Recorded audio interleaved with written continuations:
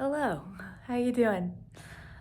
Um, I was saying to Diego after I posted my last video that I was afraid I was turning into like the grief person because a lot of my recent and just historically, but I could think especially recent posts have had to do with one kind of grief or another. Um, and I think some of it is just a symptom of the time that we're in. Um, there's a lot of change, and with change, there's loss, and that's part of the nature of change. And lately, it can just feel like there's not as much to look forward to because there's so many things that I think we are collectively afraid of about the future.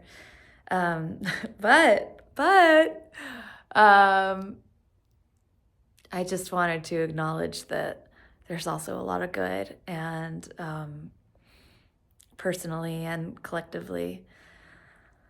I think it's worth saying and saying again and again.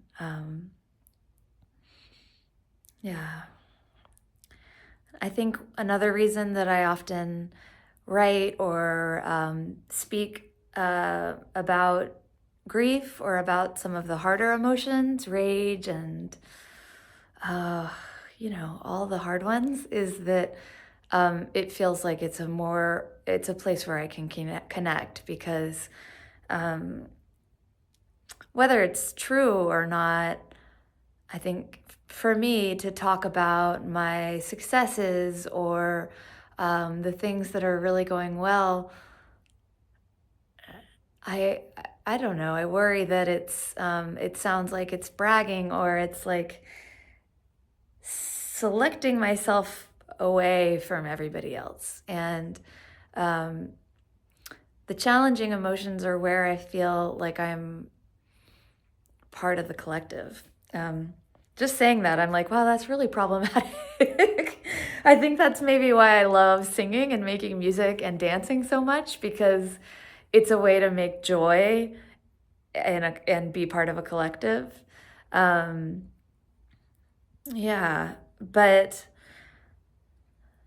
I'm just thinking this through as I'm talking to you. I wanted to make some space for the joy that is also present, and and thinking about it more. I part of the work that I do is to expand my own capacity to feel everything, to feel the good and the bad, so that I can translate it into art and take the intangible, unarticulatable parts of all of those emotions and pour them into something else and make them into something else and give them a life that can feel, that can be felt.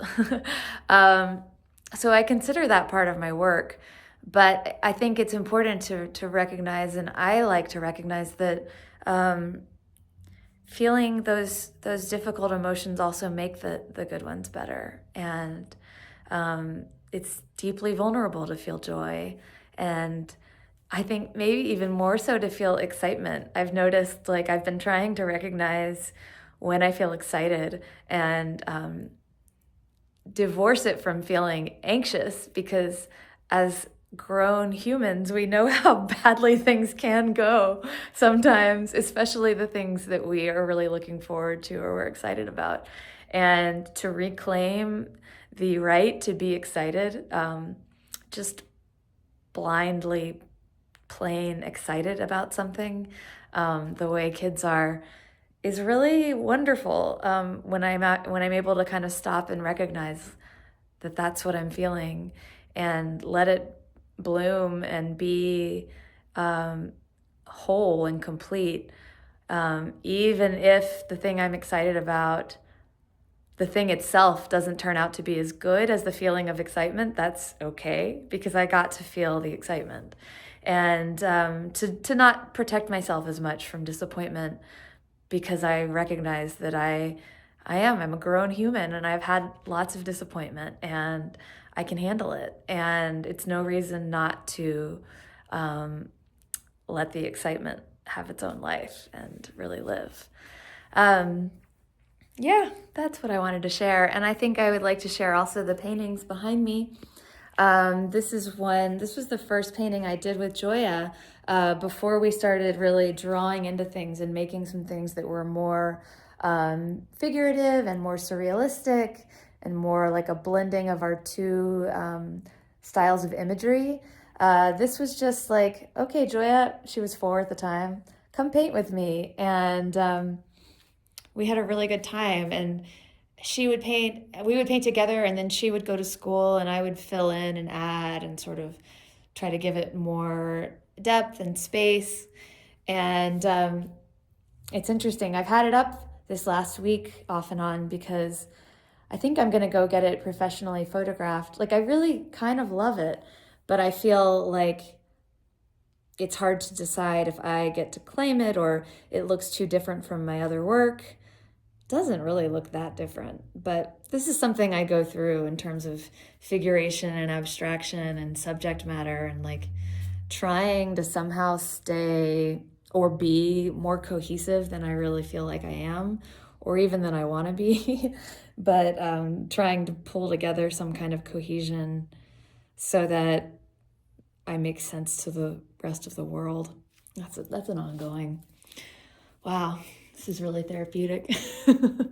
Anyway, I've been showing you now another piece I made with Joya that I'm also about to go take to get professionally photographed, and I've just been adding little details and trying to decide and secure for myself that I'm finished with it. But I love so, so much this central piece that Joya drew.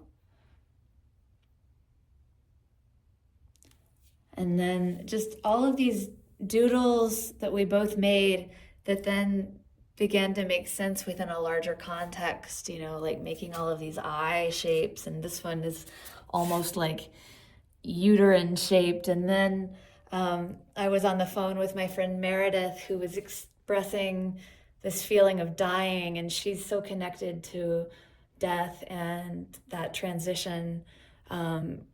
And has helped many other people move through that transition. And so as she was talking to me, I started drawing her as a dead person with marigolds, and her body then went down into these eyes that became a womb.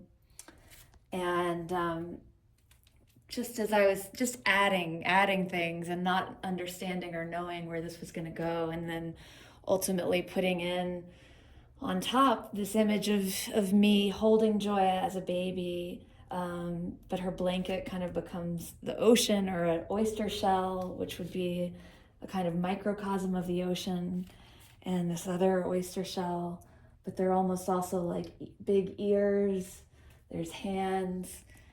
The hair also has sort of an oceanic wave-like quality, as if the woman is floating in the water.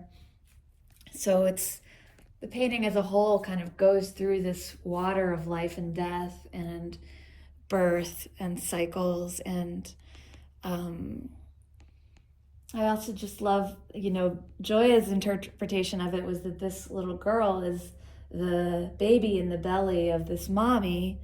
And it also makes me think about how I learned when I was pregnant with a little girl that as she's being formed, she's getting all of the eggs of your grandchildren as the pregnant woman.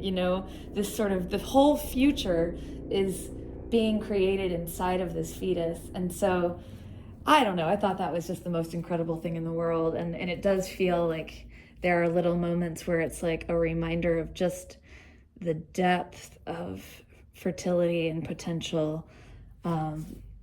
Yeah.